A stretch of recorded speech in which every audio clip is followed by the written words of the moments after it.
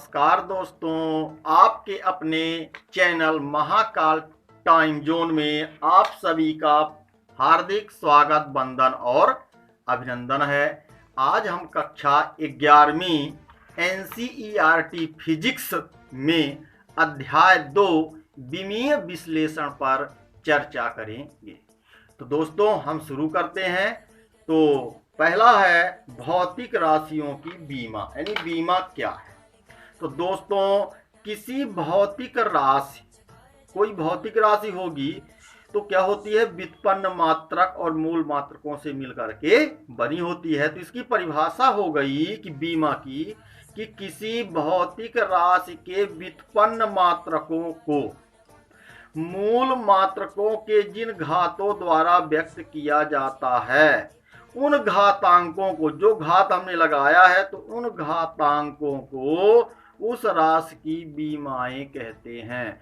मतलब या अर्थात ये हुआ कि हम मूल मात्रकों में क्या करते हैं, घात चढ़ाते हैं। तो जो मूल मात्रकों की घात होती है उस घात को क्या कहते हैं, उस राशि की बीमा कहते हैं। जैसे मान लीजिए क्षेत्रफल बराबर होता है लंबाई गुणे चौड़ाई। तो लंबाई में क्या हो गया, एक लंबाई हो गई, और चौड़ाई में क्या हो गई, इसको भी क्या करते हैं, दूसरी लंबाई हो गई। तो कितनी लंबाई हो गई, लंबाई गुणे लंबाई, तो लंबाई का क्या हो गया, वर्ग हो गया। तो क्षेत्रफल का जो व्युत्पन्न मात्रक है क्या है, L गुणे L है, और L गुणे L को क्या किया है, मूल मात्रक हम जानते हैं क्या होती है, लंबाई होती है। तो इस लंबाई में कितनी लंबाई है, 2 है। तो जो घात हम लगा देते हैं मूल मात्रक में, उस घात को उस राशि की बीमा कहते हैं। अर्थात क्षेत्रफल की लंबाई में बीमा क्या हो गई, 2 हो गई। तो जो घात चढ़ती है वही क्या कहलाती है, बीमा कहलाती है। अब दोस्तों बात आती है कि हम विमीय संकेत लिखते कैसे हैं, यानी लंबाई को क्या लिखेंगे, द्रव्यमान को क्या लिखेंगे, समय को क्या लिखेंगे। तो इसकी हेडिंग हमने बताई है कि मूल राशियों के विमीय संकेत क्या होते हैं। दोस्तों हम जानते हैं कि मूल राशियां 7 प्रकार की होती हैं। कौन कौन, पहली लंबाई, द्रव्यमान, समय, ताप, ज्योति तीव्रता, विद्युत धारा और पदार्थ की मात्रा। दोस्तों यह संकेत हमको याद रखना पड़ेगा। तो इन सभी राशियों के जो विमीय संकेत होते हैं दोस्तों, तो जो L होता है यानी लंबाई, उसको हम किससे दिखाते हैं, कैपिटल L से। ध्यान रखना दोस्तों, हम कैपिटल L लेते हैं और इसको क्या करते हैं, बड़े कोष्टक के अंदर लिखते हैं। द्रव्यमान का विमीय संकेत क्या होता है, कैपिटल M होता है। समय का कैपिटल T होता है। ताप का विमीय संकेत थीटा होता है। ज्योति तीव्रता का संकेत CD होता है। विद्युत धारा का संकेत कैपिटल A होता है। और पदार्थ की मात्रा का जो संकेत होता है स्मॉल MOL, और मोल लिख दिए, बड़े कोष्टक के अंदर बंद कर दिए। दोस्तों तो कहने का मतलब ये है कि 7 मूल राशियां हैं, उन मूल राशियों के जो संकेत हैं, कौन से संकेत, विमीय संकेत। तो ये आपको याद रखना पड़ेगा कि लंबाई का संकेत L है, द्रव्यमान का कैपिटल M है, समय का कैपिटल T है, ताप का थीटा है, ज्योति तीव्रता का CD है, विद्युत धारा का कैपिटल A है, और पदार्थ की मात्रा का MOL यानी मोल है। अब दोस्तों प्रश्न आता है कि ये संकेत हो गए, अब सूत्र क्या है। तो सूत्र क्या कहलाता है कि व्युत्पन्न मात्रकों को मूल मात्रकों से संबंधित जो कर देता है, जोड़ देता है, वह सूत्र विमीय सूत्र कहलाता है। तो परिभाषा क्या हो गई विमीय सूत्र की, परिभाषा हो गई क्या, कि किसी भौतिक राशि के व्युत्पन्न मात्रक का मूल मात्रकों से संबंध बताने वाले या प्रदर्शित करने वाला जो सूत्र होता है उसी को हम विमीय सूत्र कहते हैं। तो दोस्तों विमीय सूत्र क्या हो गया कि व्युत्पन्न मात्रक का मूल मात्रक से संबंधित करने वाला सूत्र को विमीय सूत्र कहते हैं। दोस्तों यह एक्स्ट्रा हम आपको बताने वाले हैं नोट में कि जो अपने कक्षा 11वीं की जो फिजिक्स की शुरुआत होती है, कक्षा 10 में हम विज्ञान पढ़ते हैं, विज्ञान के बाद 11वीं में फिजिक्स, केमिस्ट्री, बायोलॉजी, ये विभिन्न विषय अलग अलग हो जाते हैं। तो हम बात करते हैं भौतिकी में। तो भौतिकी को दो भागों में मुख्यतः बांटा गया था, चिरसम्मत भौतिकी और आधुनिक भौतिकी। तो चिरसम्मत भौतिकी में 4 शाखाएं फूट गई। चिरसम्मत में 4 शाखाएं फूट गई। पहली क्या हो गई? यांत्रिकी। तो दोस्तों यांत्रिकी क्या है? हम पढ़ चुके हैं अध्याय 1 में, फिजिक्स के अध्याय 1 में है कि यांत्रिकी क्या है, जिसमें स्थिर या गतिमान वस्तु के चाल की गणना की जाती है। यानी वस्तु की गति के बारे में, स्थिर या गतिमान वस्तु की गति के बारे में उसका जब अध्ययन किया जाता है, यानी वस्तु की स्थिर और गति से संबंधित अध्ययन यांत्रिकी के अंतर्गत होता है।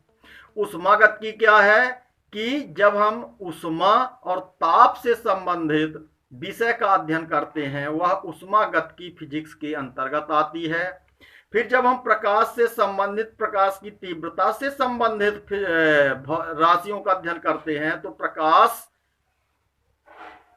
संबंधित भौतिक राशियां तो प्रकाश या कहलाती है, प्रकाश शाखा कहलाती है। और एक चौथा होता है जब हम विद्युत और उसके चुंबकत्व संबंधी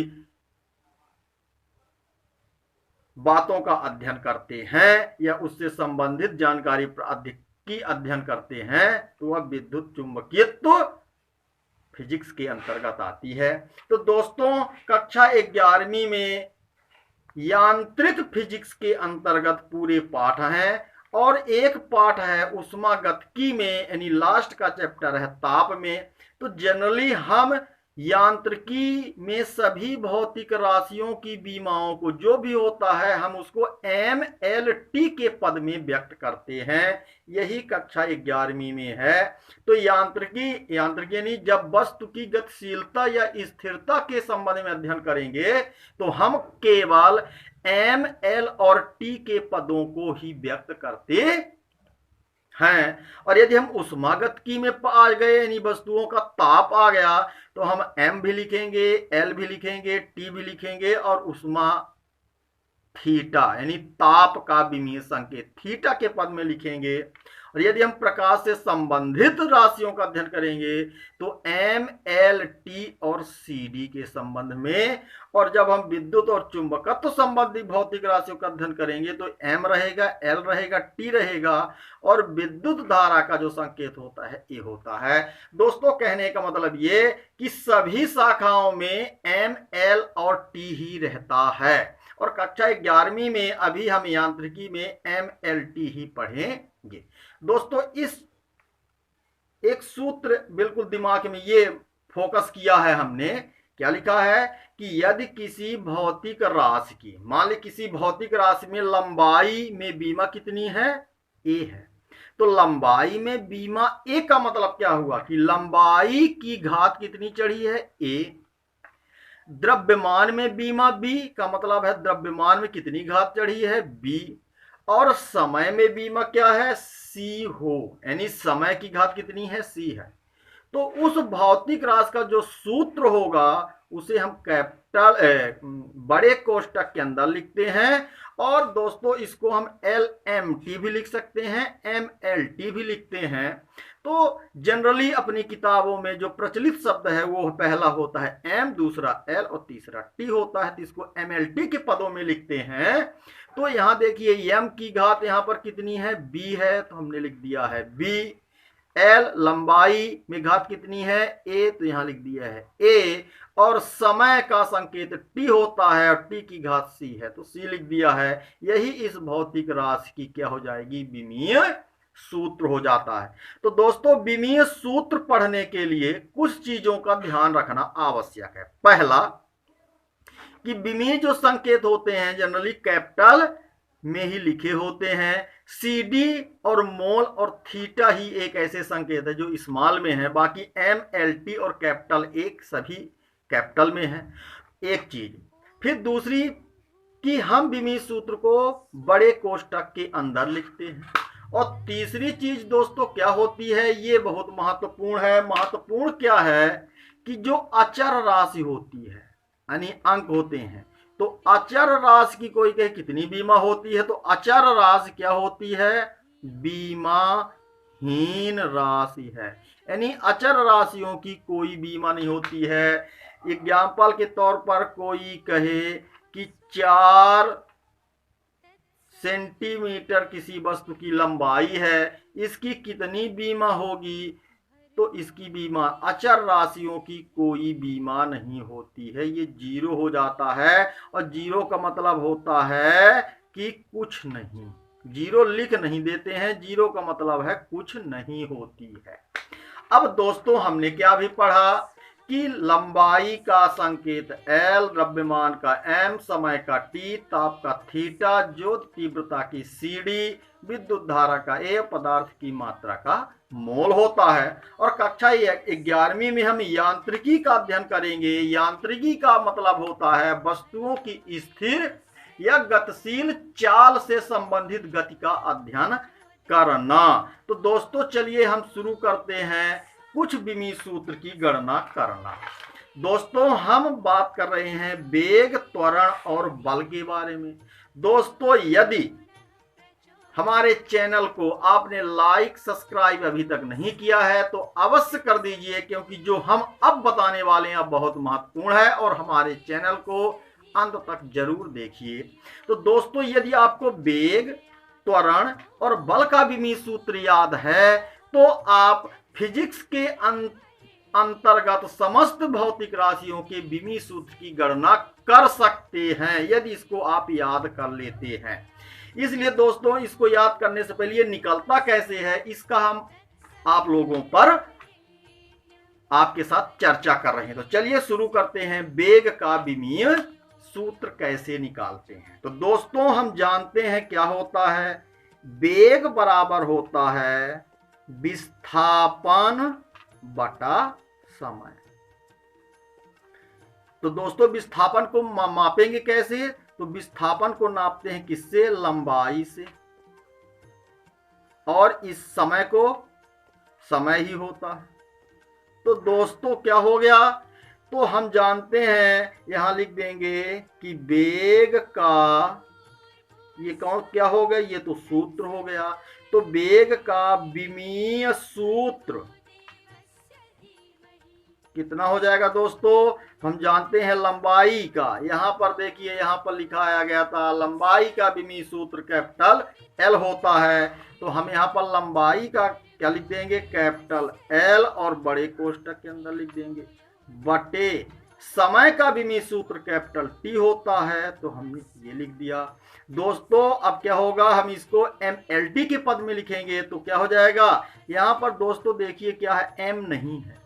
तो दोस्तों विमीय सूत्र में जो राशि उपलब्ध नहीं होती है, अनुपस्थित रहती है, उसकी घात क्या लिख देते हैं, जीरो। जीरो का मतलब होता है कि वह राशि उपलब्ध नहीं है। तो M की घात कितनी हो गई, जीरो, और ये L है तो L की घात कितनी है, एक, तो एक हम लिखते नहीं हैं। और T यहाँ पर घात एक है, तो जब ये ऊपर जाएगा तो हो जाएगा -1, तो इसको लिख दिया -1। इस प्रकार से वेग का विमीय सूत्र हो गया m0LT इनवर्स, या इसको हम शॉर्ट फॉर्म में कह देते हैं LT इनवर्स होता है। तो ये हो गया वेग का। अब दोस्तों चलिए हम निकालते हैं त्वरण का। तो हम जानते हैं त्वरण बराबर होता है वेग में परिवर्तन। वेग में परिवर्तन होगा तो क्या आएगा, वेग ही आएगा, बटे कितना होता है, वेग में परिवर्तन बटे समय। दोस्तों यदि हमें इसका विमीय सूत्र याद है तो हम यहाँ पर डायरेक्ट लिख देते हैं, इसलिए हमने कहा था कि पहले आप वेग का याद करिए, फिर त्वरण का याद करिए और इसके बाद क्या याद करिए, बल का। तो क्रम से है, तो वेग में परिवर्तन यानी वेग होगा। और हम जानते हैं वेग का विमीय सूत्र क्या हमने लिखा है, एल टी इनवर्स। आप कहेंगे जीरो क्यों नहीं लिखा, अंत में जो राशि नहीं होगी उसकी हम जीरो चढ़ा देंगे। तो वेग का हमको मालूम हो गया, ये आपको याद रखना पड़ेगा। वेग का विमीय सूत्र एल टी इनवर्स होता है बटे समय का विमीय सूत्र कैपिटल टी होता है। अब दोस्तों इसको हल करेंगे तो यह एल पहले से लिखा है और टी की घात ये -1 है और एक टी जब ऊपर जाएगा तो -1 फिर से हो जाएगा। तो आधार बराबर हो तो इनटू में घात जुड़ जाती है तो -1 और इसका -1 हो जाएगा -2। अब दोस्तों कौन सी राशि नहीं है यांत्रिकी में, अब कहेंगे यांत्रिकी क्यों है, क्योंकि यहां पर वस्तु के वेग और उसकी स्थिरता गतिशीलता से संबंधित अध्ययन इसलिए यांत्रिकी है। तो यांत्रिकी में हम केवल MLT लिखते हैं। दोस्तों यहां पर m उपलब्ध नहीं है तो m की घात 0 लिख देते हैं, l और t की घात -2 लिख देते हैं। तो हम जाने कि वेग का विमीय सूत्र होता है LT इनवर्स और त्वरण का विमीय सूत्र होता है LT -2 होता है। अब चलिए दोस्तों हम बल का विमीय सूत्र निकालते हैं। तो बल बराबर क्या होता है, बल बराबर होता है द्रव्यमान गुणे त्वरण। दोस्तों हमने कहा था कि यह तीन चीज याद करना है, यानी अब बल पढ़ेंगे तो क्रम से पढ़ेंगे तो वेग पढ़ेंगे, वेग के बाद त्वरण पढ़ेंगे, त्वरण के बाद जब हम बल पढ़ेंगे तो इसका मतलब है कि हमको वेग और त्वरण का विमीय सूत्र याद है। हम यहाँ पर डायरेक्ट लिख सकते हैं, क्या लिख सकते हैं, द्रव्यमान को किससे दिखाते हैं, द्रव्यमान को दोस्तों यहाँ पर हमने बताया था द्रव्यमान को कैपिटल M से दिखाते हैं। तो ये कितना हो गया, यहाँ पर कैपिटल M हो गया, कोष्टक बंद कर देते हैं, इनटू या गुणे का चिन्ह, त्वरण का विमीय सूत्र यदि हमको याद है तो सीधे लिख देंगे LT-2। अब इसको दोस्तों हल करेंगे तो क्या हो जाएगा, एक M ये हो गया, दूसरा ये हो गया, L हो गया और -2 हो गया।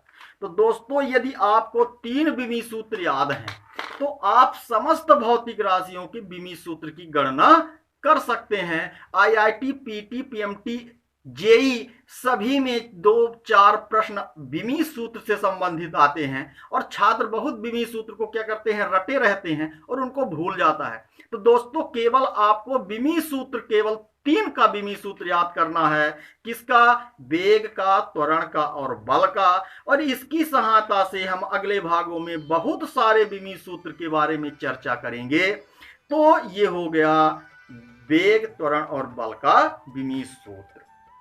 अब दोस्तों अचर राशि हम जानते हैं कि बीमाहीन राशि होती है। अब दोस्तों विमीय सूत्र के बाद एक आता है विमीय समीकरण यानी डायमेंशनल इक्वेशन। तो दोस्तों वही है, विमीय सूत्र को क्या कर दें, किसी भौतिक राशि को उसकी क्या कर दें, भौतिक विमीय सूत्र से क्या कर दें, संबंधित कर दें। छोटा का चिन्ह, बड़ा का चिन्ह या बराबर। संबंध 3 प्रकार के होते हैं, या तो छोटा होगा, या तो बड़ा होगा, या तो बराबर होगा। तो उस भौतिक राशियों को उसके विमीय सूत्र से क्या कर देते हैं, छोटा का चिन्ह लगा दें या बड़ा का या बराबर का। तो संबंधित करने वाले समीकरण को विमीय समीकरण कहते हैं। दोस्तों जैसे अभी तक हम सूत्र लिखते थे तो सूत्र में चाल का विमीय समीकरण तो हमने क्या किया है, भी और भी में एक कोष्टक लगा दिया है।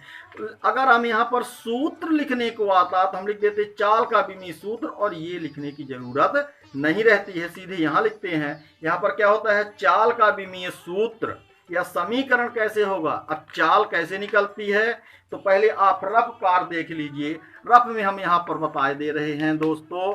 तो यहाँ पर क्या होता है, चाल बराबर क्या होता है, दूरी बटा समय, या आप यहीं से हल कर सकते हैं। तो दूरी यानी लंबाई, तो लंबाई का विमीय सूत्र L होता है और समय का क्या होता है, समय का होता है टी होता है तो ये कितना हो गया, एल टी इनवर्स। दोस्तों वेग और चाल दोनों एक ही हैं, दोनों के विमीय सूत्र एक ही होते हैं। तो अंतर सूत्र में यहाँ पर होता है, ये संबंध नहीं लिखा होता है, केवल इस पक्ष में होता है, यहाँ पर हम बराबर का चिन्ह लगा देते हैं। और सूत्र में क्या करते हैं, बराबर नहीं डैश लगा देते हैं, डैश। वेग का विमीय सूत्र हमने डैश किया है, आप बराबर भी कर सकते हैं। और जब हम यहां पर लिखते हैं, अभी तो सूत्र बराबर किया है, लेकिन जब यहां पर लिख देते हैं तो त्वरण का विमीय सूत्र, फिर बराबर लिखने की जरूरत नहीं है, आप डैश कर देते हैं। यहां पर भी हमने डैश किया है, सूत्र में लिखते हैं तो जब यहां तो बल का ये सूत्र है, यानी कहने का मतलब ये सूत्र में बराबर का संकेत नहीं होता है, लेकिन जब हम समीकरण निकालते हैं तो क्या होता है, यहां पर बराबर लिखा जाता है दोस्तों। तो यहां भी आप बता दें, बल का विमीय सूत्र यदि लिख दिए तो ये सूत्र क्या हो जाएगा, आप इसको डैश कर दे, बराबर की जरूरत नहीं रहती है। लेकिन समीकरण में क्या लिखना पड़ेगा, यहां बराबर लिखना पड़ेगा। अंतर इतना है, विमीय सूत्र में डैश बना देते हैं और समीकरण में बराबर का चिन्ह लगा देते हैं। तो अब इसका कितना हो जाएगा, m0 हम यहीं से उठा ले रहे हैं, l और t-1। तो दोस्तों हमने पढ़ा भौतिक राशि की बीमाएं कि ऐसी भौतिक राशियां जो व्युत्पन्न मात्रकों को मूल मात्रकों से जिन घातों द्वारा व्यक्त करते हैं, उन घातांकों को क्या कहते हैं, बीमाएं कहते हैं। और मूल राशियों की जो बीमाओं का संकेत है, लंबाई का L, द्रव्यमान का कैपिटल M, समय का कैपिटल T, ताप का थीटा, ज्योति तीव्रता की CD और विद्युत धारा का कैपिटल A, पदार्थ की मात्रा को MOL मोल से दिखाते हैं। कक्षा 11वीं में हम केवल यांत्रिकी भौतिकी से संबंधित विमीय सूत्र का अध्ययन करेंगे, जिसे हम MLT के पदों में लिखते हैं। और एक आखिरी बात कि अचर राशियों की बीमा क्या होती है, शून्य होती है। शून्य क्या, बीमा होती ही नहीं है, अतः यह एक बीमाहीन राशि है। दोस्तों इसके हम अगले भाग में विमीय समीकरण के अनुप्रयोग, यानी विमीय समीकरण की सहायता से हम क्या क्या कर सकते हैं, इसका हम अध्ययन करेंगे। तब तक के लिए आप सभी को बहुत बहुत शुभकामनाएं। आप अपने जीवन में उन्नत और सफल करें, इसी कामना के साथ आप सबसे विदा लेते हैं। जय भारत, जय श्री राम।